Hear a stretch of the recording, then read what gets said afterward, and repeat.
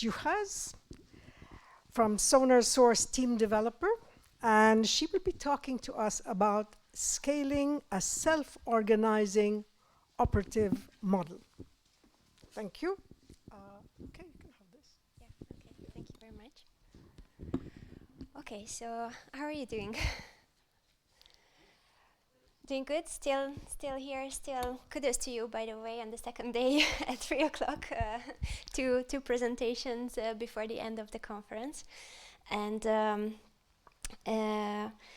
welcome everyone, my name is Katalin Juhasz, coming from an organization called SonarSource, and working as a team developer there. And what I brought you today is a story of our organization from a very early startup phase to a more established organization. And what I would like to offer you today is the perspective of an organizational developer on this journey that will be about how to keep the empowerment of the people, how to keep the agility of this organization while it's under tremendous pressure of which is a result of this growth journey, without falling into chaos.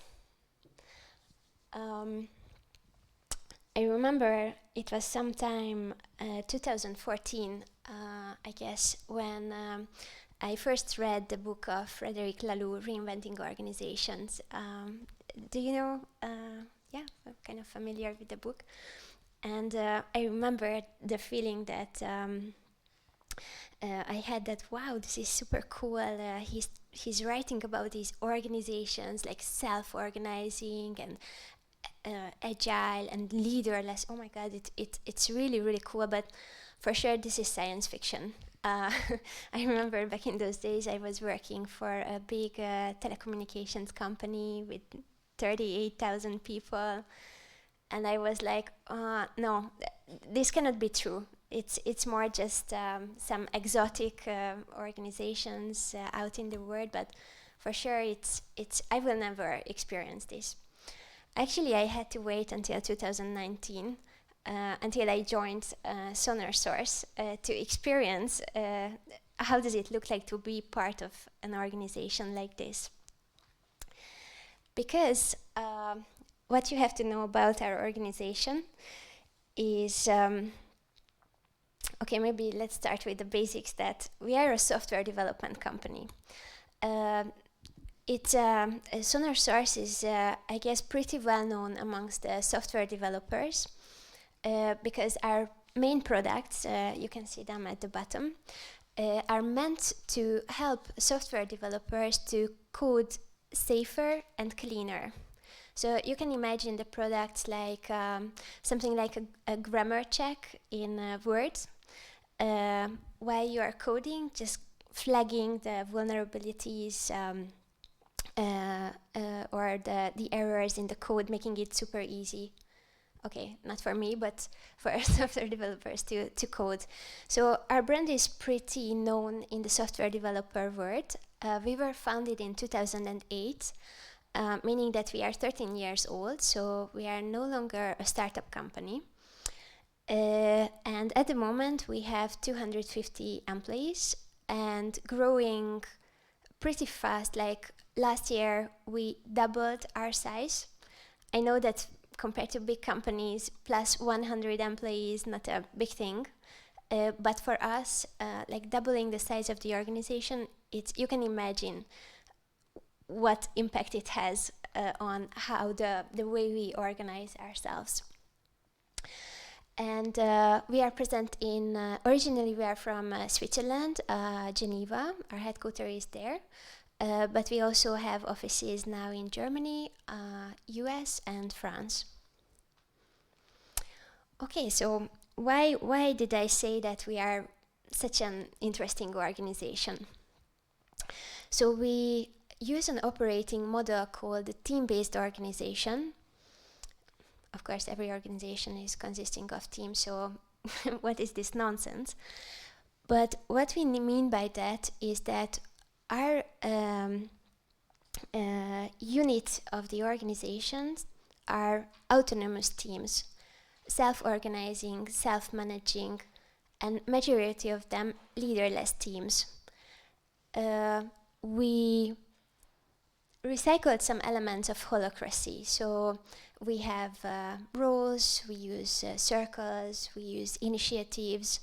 The decision making is pretty distributed and delegated to the lowest levels. So basically, if you feel the need to initiate a change in the organization, then there is no such thing as, okay, who is responsible for this? And it's not my job, it's the job of someone else to take care of it. But like, you go and look for it yourself, that, okay, is there anyone already working on it? Is it really a problem? Is it a problem for a lot of people? Okay, it seems like a problem, it seems nobody is working on it, let's do it. And as simple as that, this is how we kind of operate. We use the principles of agile way of work. We use elements of Scrum, a little bit of Kanban. We have, for example, daily stand-ups. We work with a very high level of transparency. Everything is basically, not everything, but a lot of things are transparent. Who is working on what is the status of different initiatives. We try to minimize the work in process and use continuous improvement, continuous learning. We have a very strong feedback culture and try to always like reflect on the learnings. And by the way, this is what I try to do today as well. So kind of showing you how this journey looked like and what were the learnings in retrospect. And one more thing which I would like to highlight, which is seeking purpose. I remember that when I joined the company 1.5 years ago, I noticed that the most frequently asked question was, does it make sense? And it's a very simple question to ask, but actually it's a very useful tool because it prevents us from investing time in things that doesn't really add value, things that we do just because we used to do it like that for a long time. Not that our history is very long, but you know what I mean, how attractive routines could be. Or just because we already invested a lot of effort in a project or an initiative, if we feel that it doesn't make sense anymore, then this is the question which is really helping us to stop doing and not to invest more. And the other day, yesterday, we were in one of the roundtables, we were talking about this pressure in organizations to always bring the new project, to bring something like, the next thing that you can show. Well, actually, this is the question. Does it make sense? Is also kind of helping us to avoid this, because if it doesn't make sense, if there is no need behind it, then we just don't do it. There is a saying that we don't fix what is not broken. And we have a very unique culture. And the scene of Monty Python's Brian's Life comes to my mind when I read this unique culture, when the prophet is talking in front of a lot of people saying that you are all special. Yes, we are all special.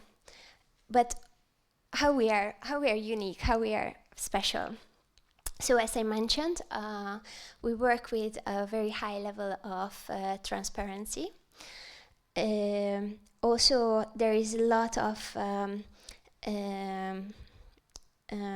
self-initiation or responsibility, individual responsibility people are taking. Like not really waiting for someone to tell us what to do, but more like going it for ourselves. And actually this is something which is a very firm hiring criteria. So we don't really hire people who are not, doesn't have this drive to solve it themselves. We have a decision-making model which allows us to know exactly what are those very special cases when we are not allowed to make decisions. Altogether, there are 3 cases of that, when it's something very business critical or has a very big financial impact, or if it's related to the employment of someone, terminating or hiring someone. But in all other cases, actually, we don't even have to involve the CEO. We are empowered to make decision. What else to highlight from here? I mentioned continuous improvement and learning from our experiences. We do a lot of retrospectives, and there is a principle called baby steps. So we don't plan too much ahead, kind of try to break it down and see whether it makes sense, and then after the first step, whether it still makes sense to continue. Okay, so this is where we, and one more thing I wanted to highlight, which is collective intelligence. So we pretty much believe in the power of collective intelligence. We believe that we are just better off if we start to rely on each other. No matter how smart a software developer is, but if he or she is working alone, obviously it's just a limited impact what he or she can have. Very easy to say, more difficult to put into action, how to harness the power of collective intelligence. But this is what we try to do.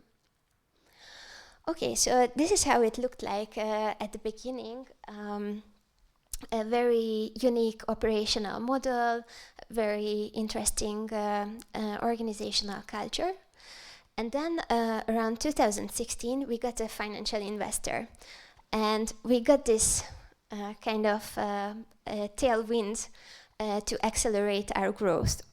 So coming from, back in those days, kind of 40 people, all of a sudden, today we are 250. But what it meant, this extensive growth, is that we started to notice that our way of working, the way we organize ourselves, the way we can make change in the everydays got kind of difficult because of this increased complexity.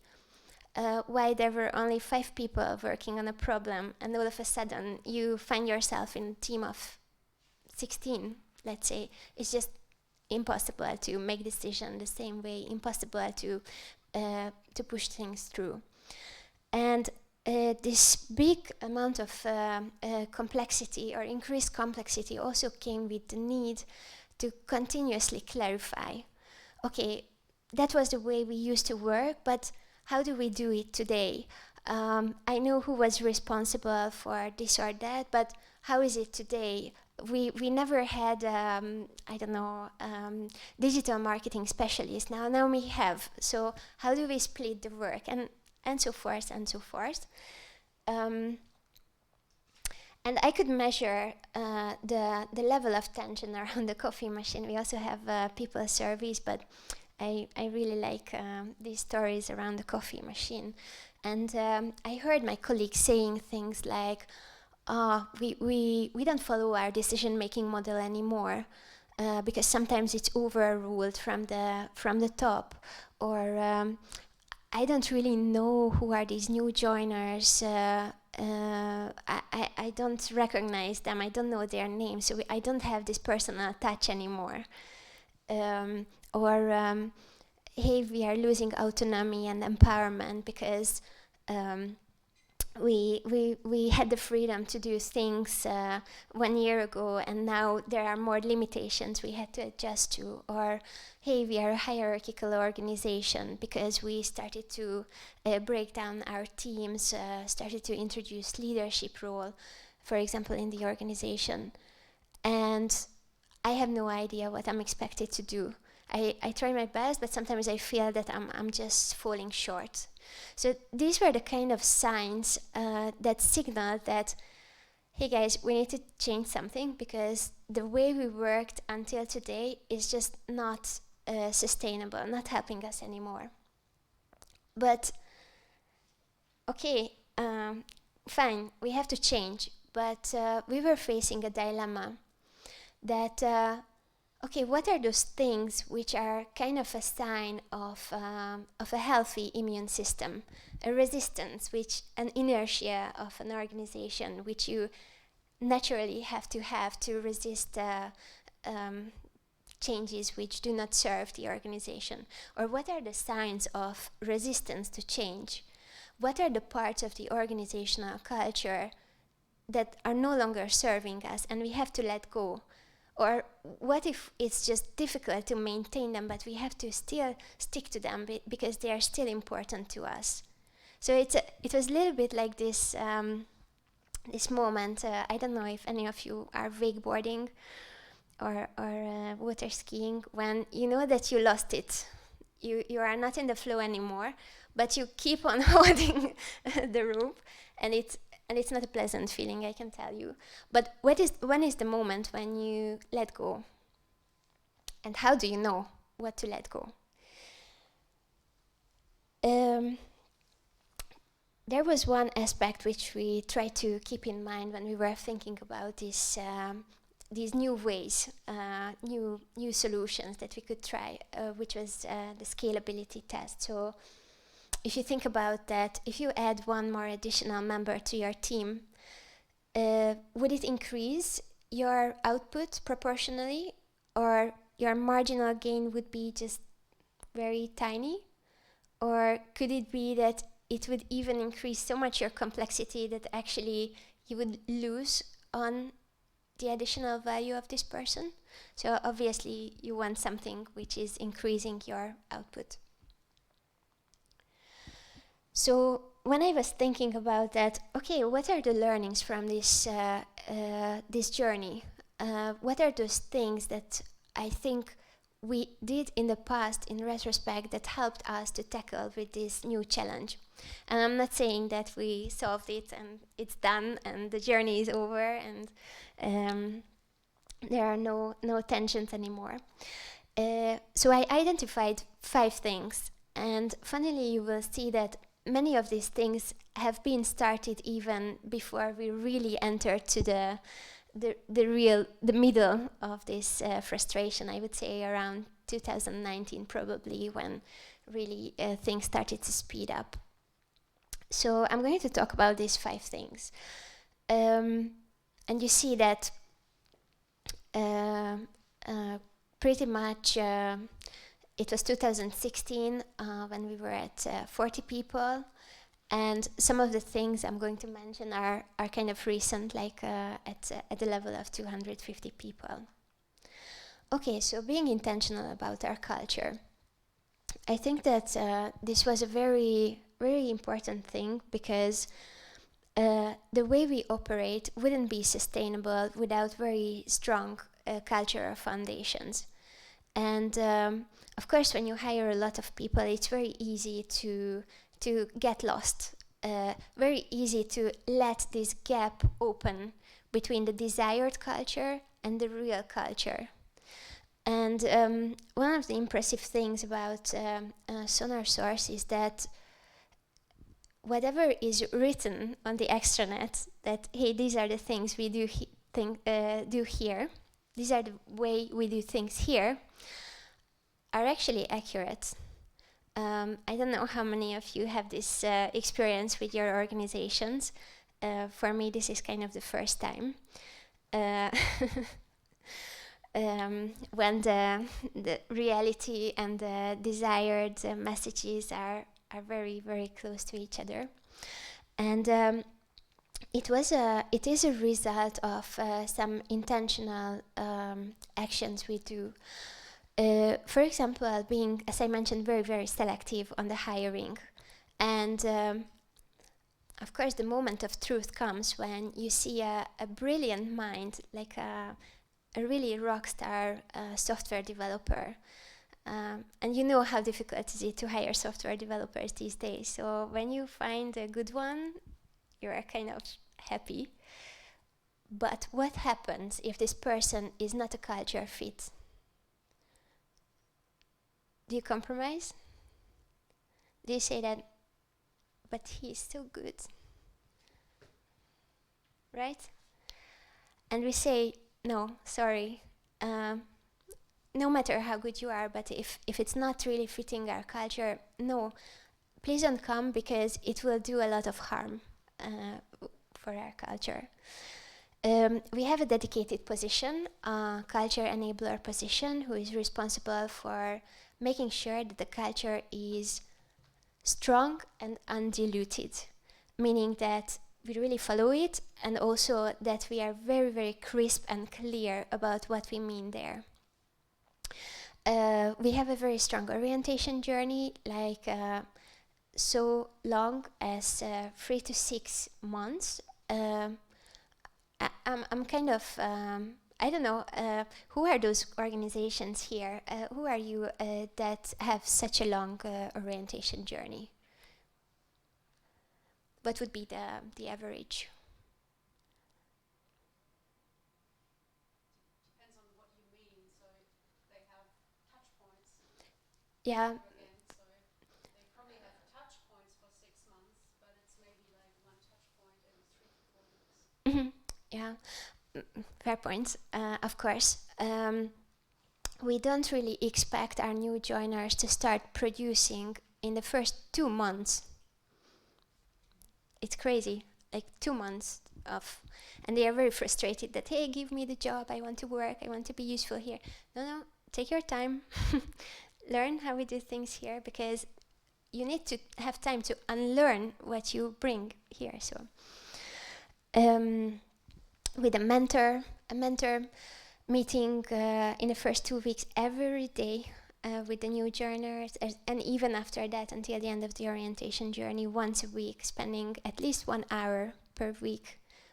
It's, I think, a huge amount. And then we have this thing, co-responsibility, which is somehow coming from, I think, it's also a culture trait that we emphasize and we try to build on, but also something that we see people demonstrating themselves, that if they see something going against the culture, they immediately give feedback. So you know, this is how I measure the culture. You know that it's strong, because if you try to do something which is not aligned, you get a pushback. Okay, going on to the next one, also being conscious of the time.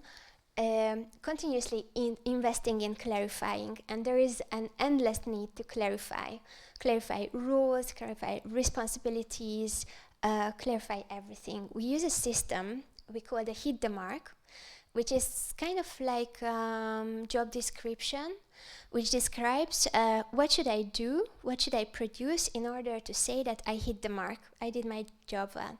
And everyone writes it for themselves, but actually then we publish and get validated by our peers. So this is our kind of expectation list. I mentioned that we have an extranet, which is like a single source of wisdom. We try to define everything there.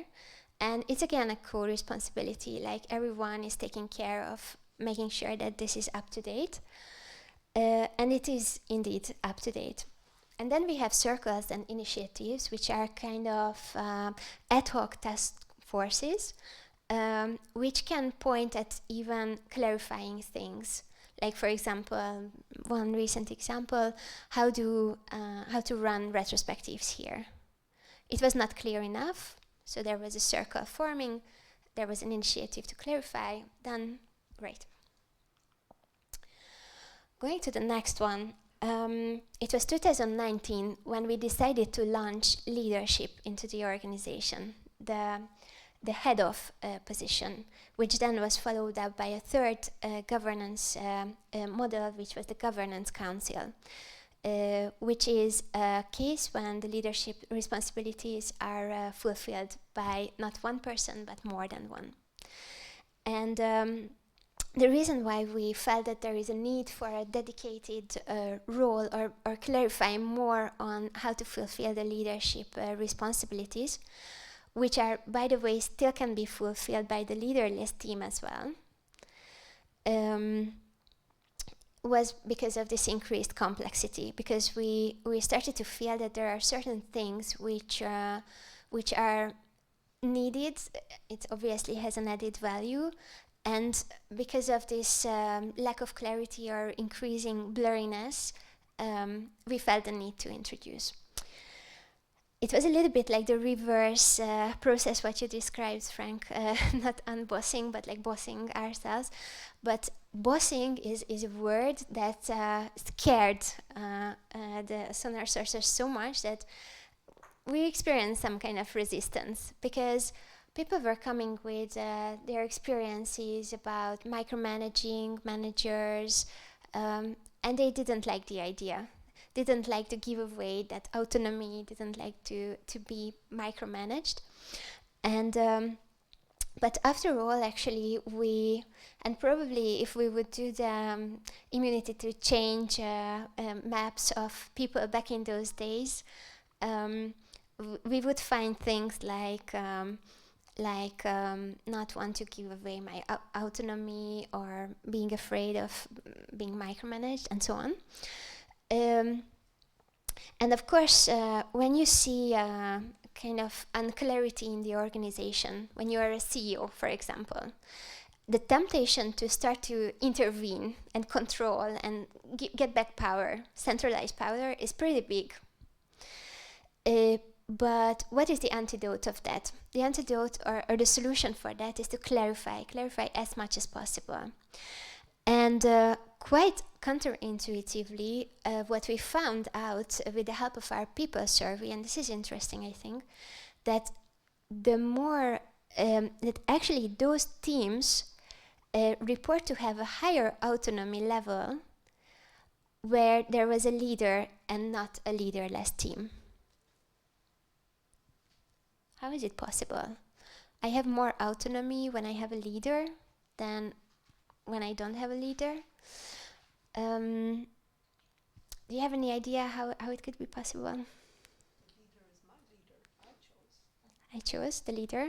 Mm-hmm. Because most of the time in such groups, Mm-hmm. leaderless groups, a natural leader emerges. Mm-hmm. It is the leader that everybody has accepted. Mm-hmm. So how that works. Okay, could be. I have one idea, but yeah, respecting your idea as well. So somehow I see it like imagine a skyscraper, and you just decide to make a playground on the top of this skyscraper, telling the kids that now you can play here on the top of the skyscraper, but you don't build a fence. What will happen? The kids will go to the middle, right? Being afraid to falling from the skyscraper. And I think that my theory is that when you have a leader, then that means that you have more clear boundaries. What is your playground? So you are braver to go to the edge of the building. Fourth thing, building an organizational development capability. In the long run, our purpose is to keep our teams autonomous and self-organizing, self-managing. But what happens on the go? Some teams are there. Some teams are mature enough. They raise the hand when they have problems. They even know sometimes what the problems are. They call us, we intervene, go home. Great. But what happens if the teams are not mature enough yet? Then you need some support from the organizational development team, and I think it really makes sense in an organization like this to introduce such support. And finally, and this is actually might be surprising because it's so obvious, but it's interesting that we came to the conclusion only recently, like this year, that we need to break down teams. It's kind of coming from our culture, collective intelligence, as I mentioned, participate in decision making, do everything together, but it just doesn't work above a certain team size. And it took us some time until we managed to let go this assumption, this belief that we have to do everything together in the name of collective intelligence, and be brave enough to say that no, only 7 people involved or 5 people involved, and the rest accepting whatever decision they are coming up. Yeah, the magic number is 7, around 7, like you could quote the pizza rule. All right, so coming to the end, I'm not going to reiterate the learnings. I just collected them on this slide. And I guess that I ran out of time just now. So I guess I cannot take any questions now. I guess not. Thank you very much. Thank you. Thank you.